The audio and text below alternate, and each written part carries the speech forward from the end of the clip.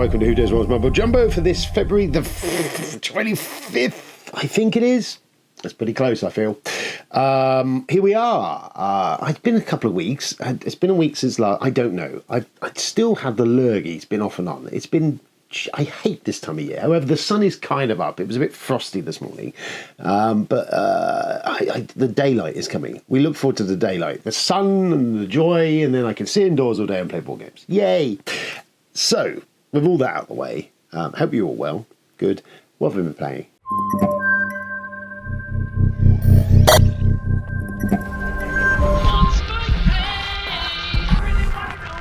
Played very quickly, I'll go through. We played mainly a lot of Tapestry. We had a couple of aborted Friday nights because Ben couldn't make one of them, then I felt rough and he felt rough. Anyway, we didn't do it. We played Tapestry, though, for a couple of weeks running, using the new Civs. So we played on the Friday, and I think I had Militants. On Sunday, I think I had something technocrats or something that were insanely OP, it seemed, in what they were doing. I scored a shit ton of points with that. And then me and Robbie had a 2-player game of it the other night. And again, I used a different one again.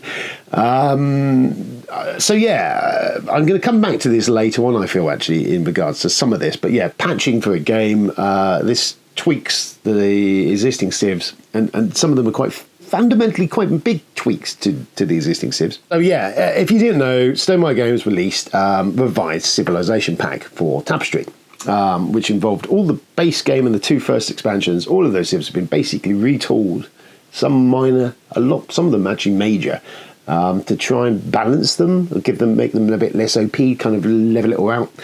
I'm not convinced still if that really is correct. I mean, there is so much dependent in the game on the Tapestry cards you get, and when you get them, if they play into your strategy, that I don't see how you can quite balance all this, especially with all the charms things came in the last expansion, all those Civs that haven't been touched. So I'm not supping from the Kool-Aid. I think some of it's quite interesting how it's done. I don't think it's essential.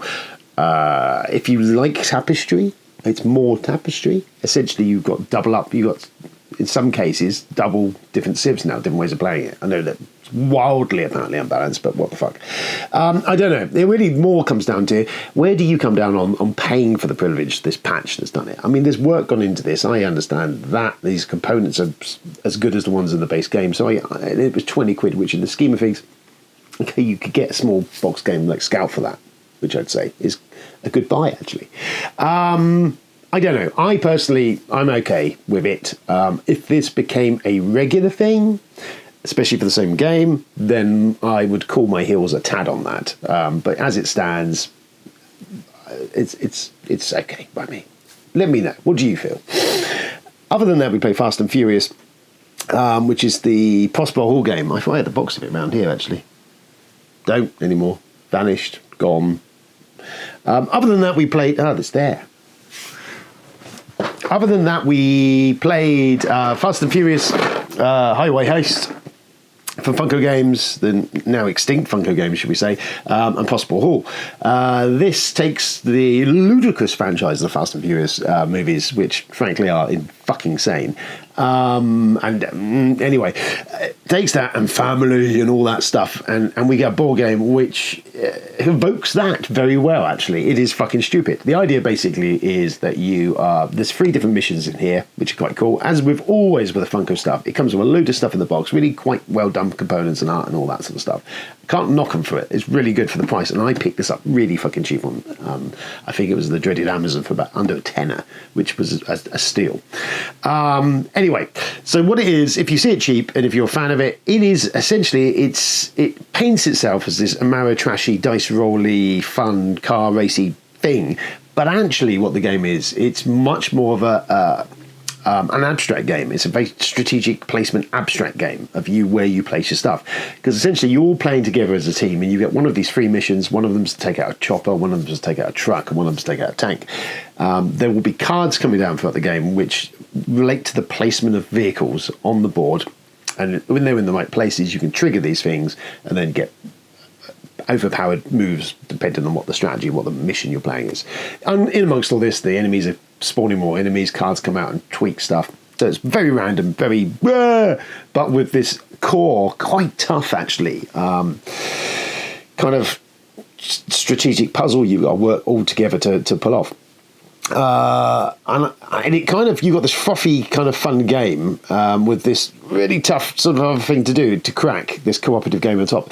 It's all right. It's not bad. It's fun. I mean, for the inexpensive price I pay for it, I mean, it's more than well worth its pennies. If you're a big Fast and Furious fan, then you might get something from this. I mean, essentially, it's ludicrous. You are jumping out of your car and jumping into other cars, and it's just silly. It's got kind of a vibe of that Thunder Road sort of madness, but not quite turned up to the level of Thunder Road. But it's a little bit different, a little bit fun. If it's cheap and you like that sort of stuff, I can't not say it's not worth a pick up. However, it's kind of inessential, essentially, for me. Rather like the Fast and Furious franchise, actually. But there you go. There's Fast and Furious high-rise. If you see it cheap, you can do worse than that. No, let's go to the news, because we can, talking of cheap, we'll do the news. News!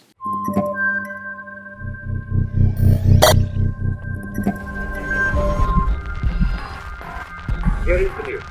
To follow on from my thread of what I just said about cheap, did anyone spot the game of selling games cheap at the moment? Fuck me.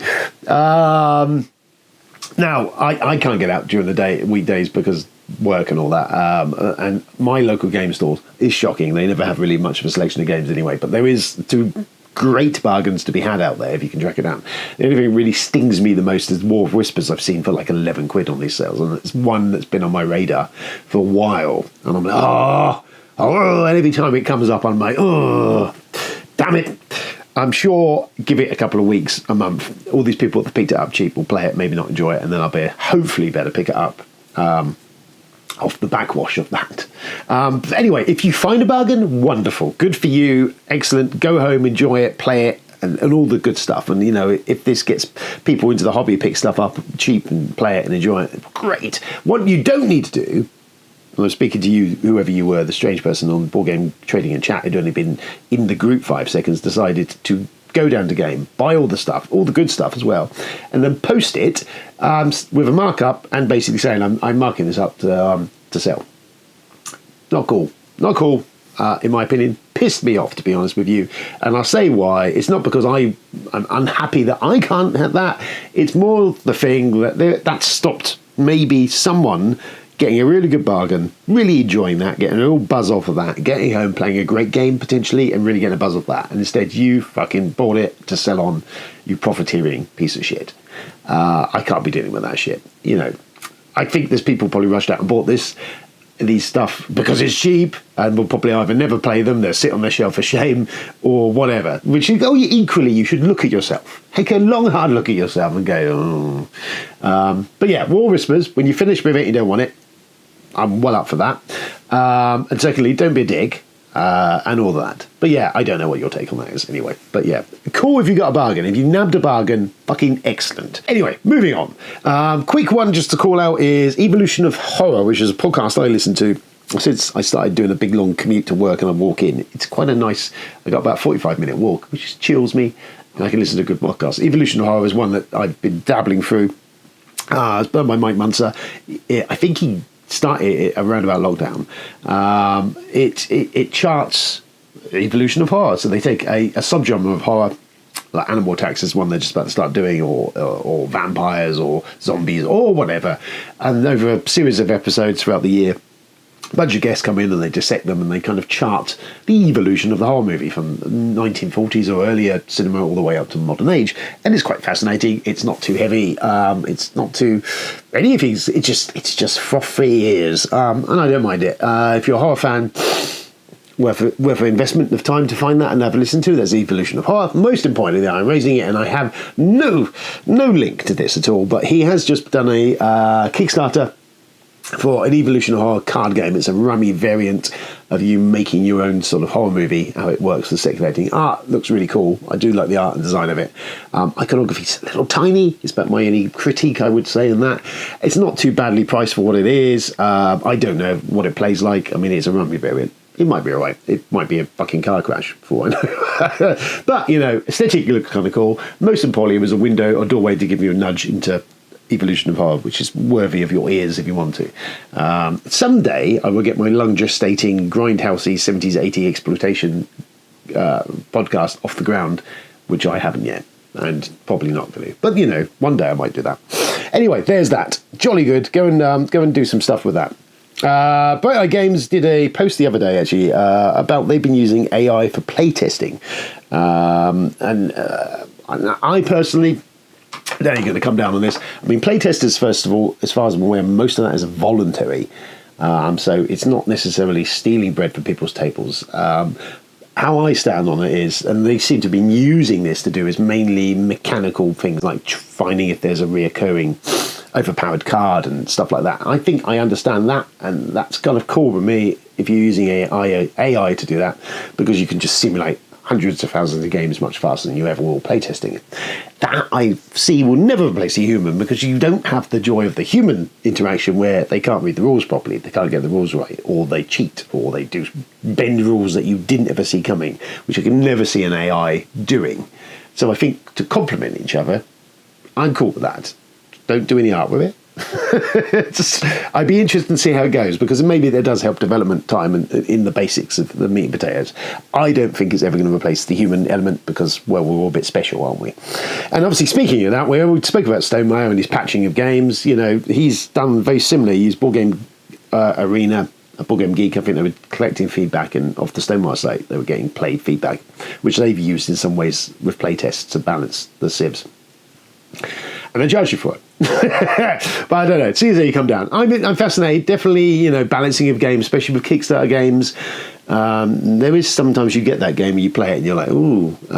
So anything that can sweeten that nut, I'm on board for. What else? Game Force 9 announced that they've got a couple of things for Game Fun. They're doing a Star Trek Ascendancy Collector's Edition, which I presume will have everything in the box. There's a lot of that. They just recently had very much big success with Firefly, although I got a bit peed off with that because they didn't really offer any of us that had a lot of Firefly a decent enough deal to kind of dive in there to get the bonusy bits. Personally, left a bit of a sour taste in my mouth. Anyway, Star Trek Ascendancy, I have played it, I've got it.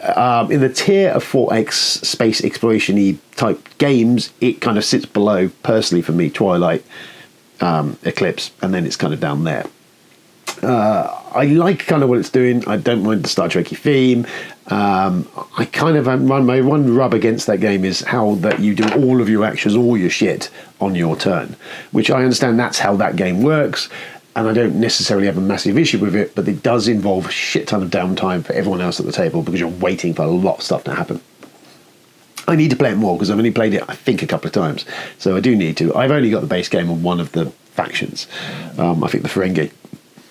This, personally, I can imagine it's going to be quite expensive because there is a lot of bling and stuff out there already for the game that I don't have yet. Star bases and plastic stuff and plastic crack for all sorts of stuff, plus all the factions, plus wildly unbalanced factions like the Borg. So, I mean, if they go back and maybe fix some stuff and maybe do some stuff, maybe, I don't know. I'm not personally like, oh, because I don't think I'm going to play that as I've got it enough.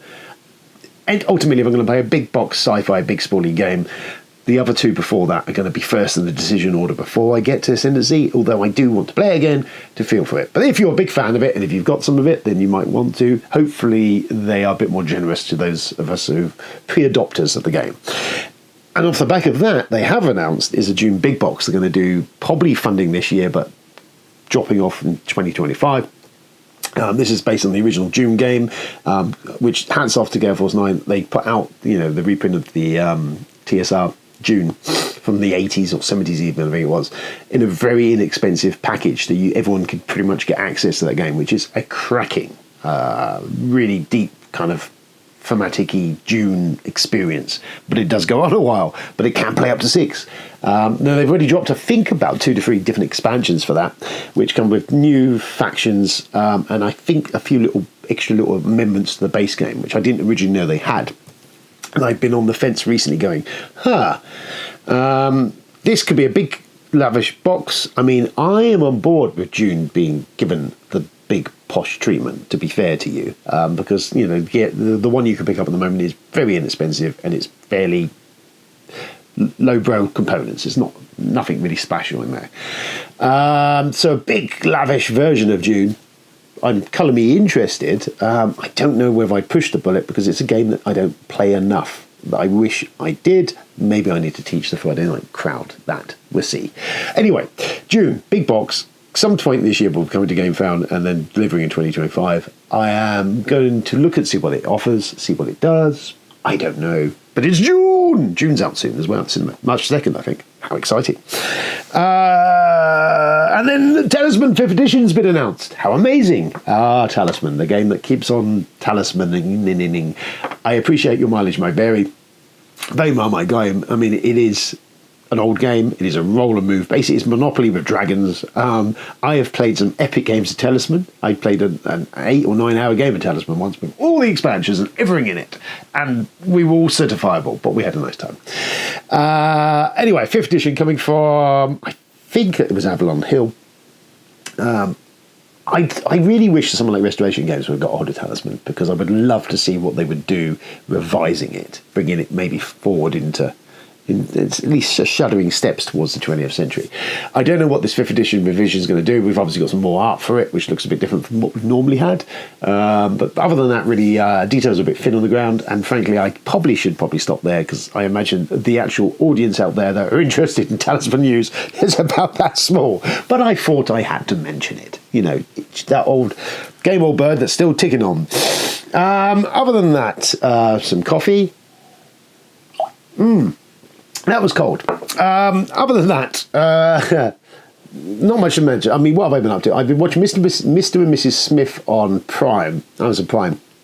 I remember the movie and remember it be quite fluff, but lots of action, but mainly fluff. And this actually took me by surprise, because it takes the idea of the movie, which was 2 spies finding out they're married and then mayhem ensuing from this, and kind of flips it. It's got Donald Glover in it, who's fantastic, and I can't remember the other cast mate in the show. But essentially, the Mr. and Mrs. Smith, they are brought into this spy ring and they're forced into a marriage, and it kind of dissects how it's much deeper and darker and weirder than the movie ever was. And it kind of goes for how the 2 people are forced into a life or death situation because you have to be married to this person and your life depends on it, and some sort of high stakes stuff. It's very well done. It's a slow burn, doesn't quite get into the full action because the movie was deranged popcorn action everywhere, but this does get to some really fucking well done choreographed, and it looks, all the money's on the screen, and some really big bit part players turn up in it. So I almost forget the movie. This is a much different beast, and I quite enjoyed it. Some really good cast in there. It's well written. It goes places that you don't necessarily think it will at the start, and there's quite some dark, fucked up shit in it, and funny at times as well. I enjoyed it. I really did enjoy it. It's quite good. So highly recommended if you want to give that a go. Other than that, I think that's really it. Or if I've done something else, it has clearly not leapt out of me. Game of Thrones, we're still on. We're on the last season of Game of Thrones now. Coming to the big shit. All the shit's coming down. I've really enjoyed this run of Game of Thrones. Yes, as we've said before, the quality of the writing and the pace all kind of falls up a cliff face in the last couple of seasons. But you know what? Just for doing what only Game of Thrones could do, for the big budget epic TV, and I don't think it's yet been surpassed by anything. Boy, does it still do it very well. And I'm going along for the ride. Lovely. So there you go. That is us. That is the video. That is done. Don't forget to like, share, and subscribe. Thank you, Isaac, for reminding me of stuff like that. See. Stay safe out there. Play games. This is obviously our 10th birthday year, so I'm intending to start to try and get some games played from historical games. Get them played. Dead of Winter's one I want to play up next. A few other things. Just go back and just A, revisit my collection, and B, bring these things back to the table and give them an update in court and see if they still hold up. And also hopefully I'll be get some more of the other faces around the camera. I know me and Ben have discussed about doing a monthly wrap-up video of stuff that we've played on Fridays, just to give you something else. And at some point I will try and get the Sunday crowd around the table. Again, of late, it's mainly been the issues of people have been ill, there's lots of stuff going on, scheduling conflicts. It's not easy. It's like trying to wrestle kittens.